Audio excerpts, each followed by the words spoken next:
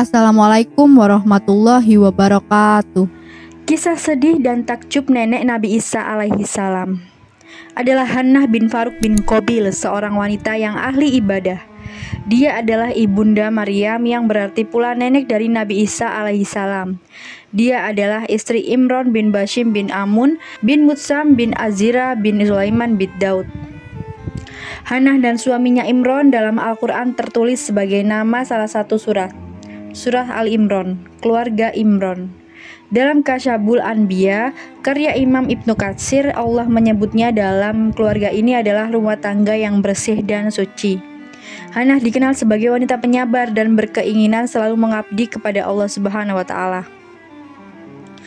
Allah Subhanahu wa taala berfirman, "Sesungguhnya Allah telah memilih Adam, Nuh, dan keluarga Ibrahim serta keluarga Imran melebihi segala umat pada masa masing-masing. Sebagai satu keturunan, sebagiannya adalah keturunan dari sebagian yang lain. Allah Maha Mendengar, Maha Mengetahui. Dan ingatlah ketika istri Imran berkata, 'Ya Tuhanku, sesungguhnya aku bernazar kepadamu, apa janin yang di dalam kandunganku kelak menjadi hamba yang mengabdi kepadamu, maka terimalah nazar itu dariku. Sungguh engkaulah yang maha mendengar, maha mengetahui.' Maka ketika melahirkannya dia berkata, 'Ya Tuhanku, aku telah melahirkan anak perempuan.' Padahal Allah lebih tahu apa yang dia lahirkan, dan laki-laki tidak sama dengan perempuan. Dan aku memberinya nama Maryam. Dan aku mohon perlindunganmu untuknya dan anak cucunya dari gangguan setan yang terkutuk. Maka Allah menerimanya dengan penerimaan yang baik, membesarkannya dengan pertumbuhan yang baik, dan menyerahkan pemeliharaannya kepada Zakaria.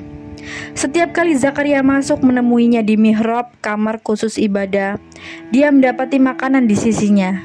Dan dia pun berkata, 'Wahai Maryam, dari mana ini engkau peroleh?' Maryam pun menjawab, 'Itu dari Allah.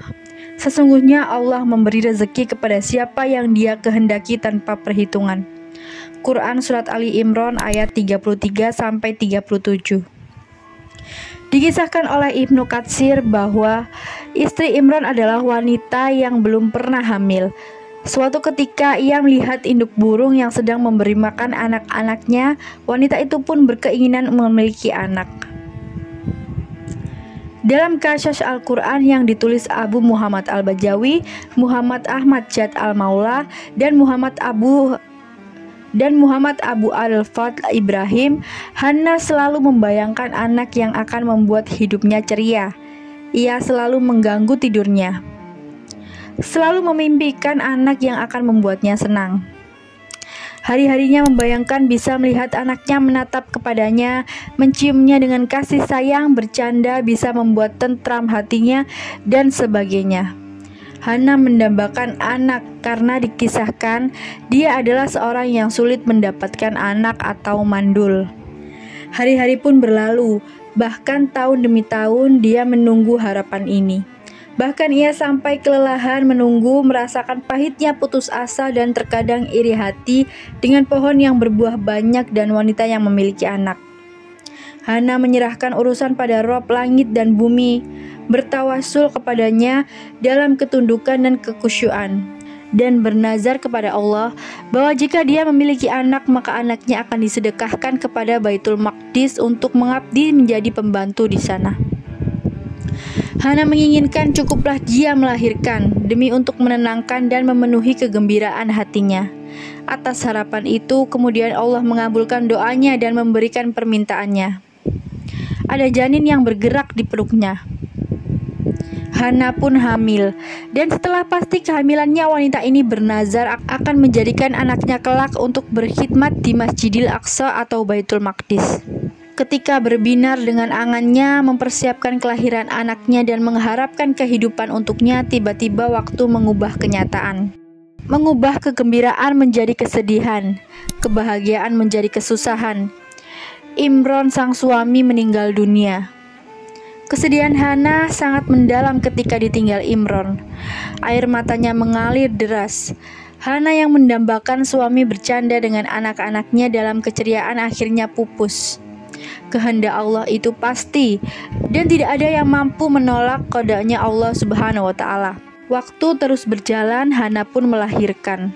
Tapi qadarullah, yang terlahir adalah seorang wanita, bukan laki-laki yang akan menunaikan nazar untuk mengabdi pada Baitul Maqdis. Padahal wanita tidak layak untuk pengabdian tersebut.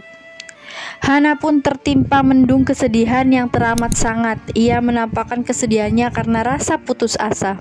Akhirnya Hana menamakan anaknya dengan Maryam. Dia meminta kepada Allah untuk menjaga, melindungi, dan memberikan pengasuhan kepada Maryam dengan selalu memberikan inayahnya. Hati Hana hancur. Wanita yang dikuasai kesedihan tidak bisa menunaikan nazar. Musibah kerap melanda hingga merasa sempit hati. Setelah bertahun-tahun menunggu momongan, ketika ada kabar dia hamil, suaminya pun meninggal. Kemudian anak yang dilahirkan pun tidak sesuai dengan yang dinazarkan. Anaknya seorang wanita. Kesedihan memuncak di jiwa Hana. Hingga akhirnya Allah Ta'ala mengasihi kelemahannya. Allah terima keluhan Hana, menerima hibahnya yang berupa anak perempuan. Allah memberikan keridhaan bahwa Maryam digunakan sebagai pemenuh nazarnya. Allah menyempurnakan nikmatnya. Allah mengabarkan kepadanya bahwa dia lebih mengetahui tentang apa yang dilahirkan itu.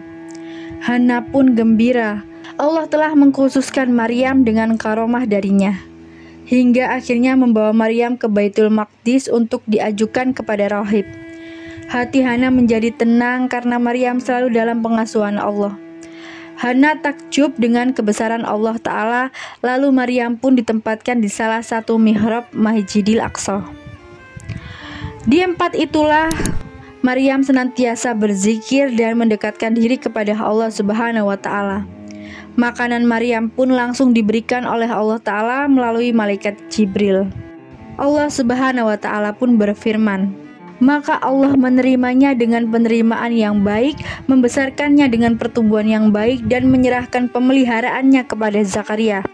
Setiap kali Zakaria masuk menemui di mihrab, kamar khusus ibadah, dia mendapati makanan di sisinya. Lalu dia berkata, "Wahai Maryam, dari mana ini engkau peroleh?" Lalu Maryam menjawab, "Itu dari Allah. Sesungguhnya Allah memberi rezeki kepada siapa yang Dia kehendaki tanpa perhitungan." Quran Surat Ali Imran ayat 37. Dalam pengawasan Nabi Zakaria, saudara Hana, Maryam tumbuh berkembang menjadi dewasa.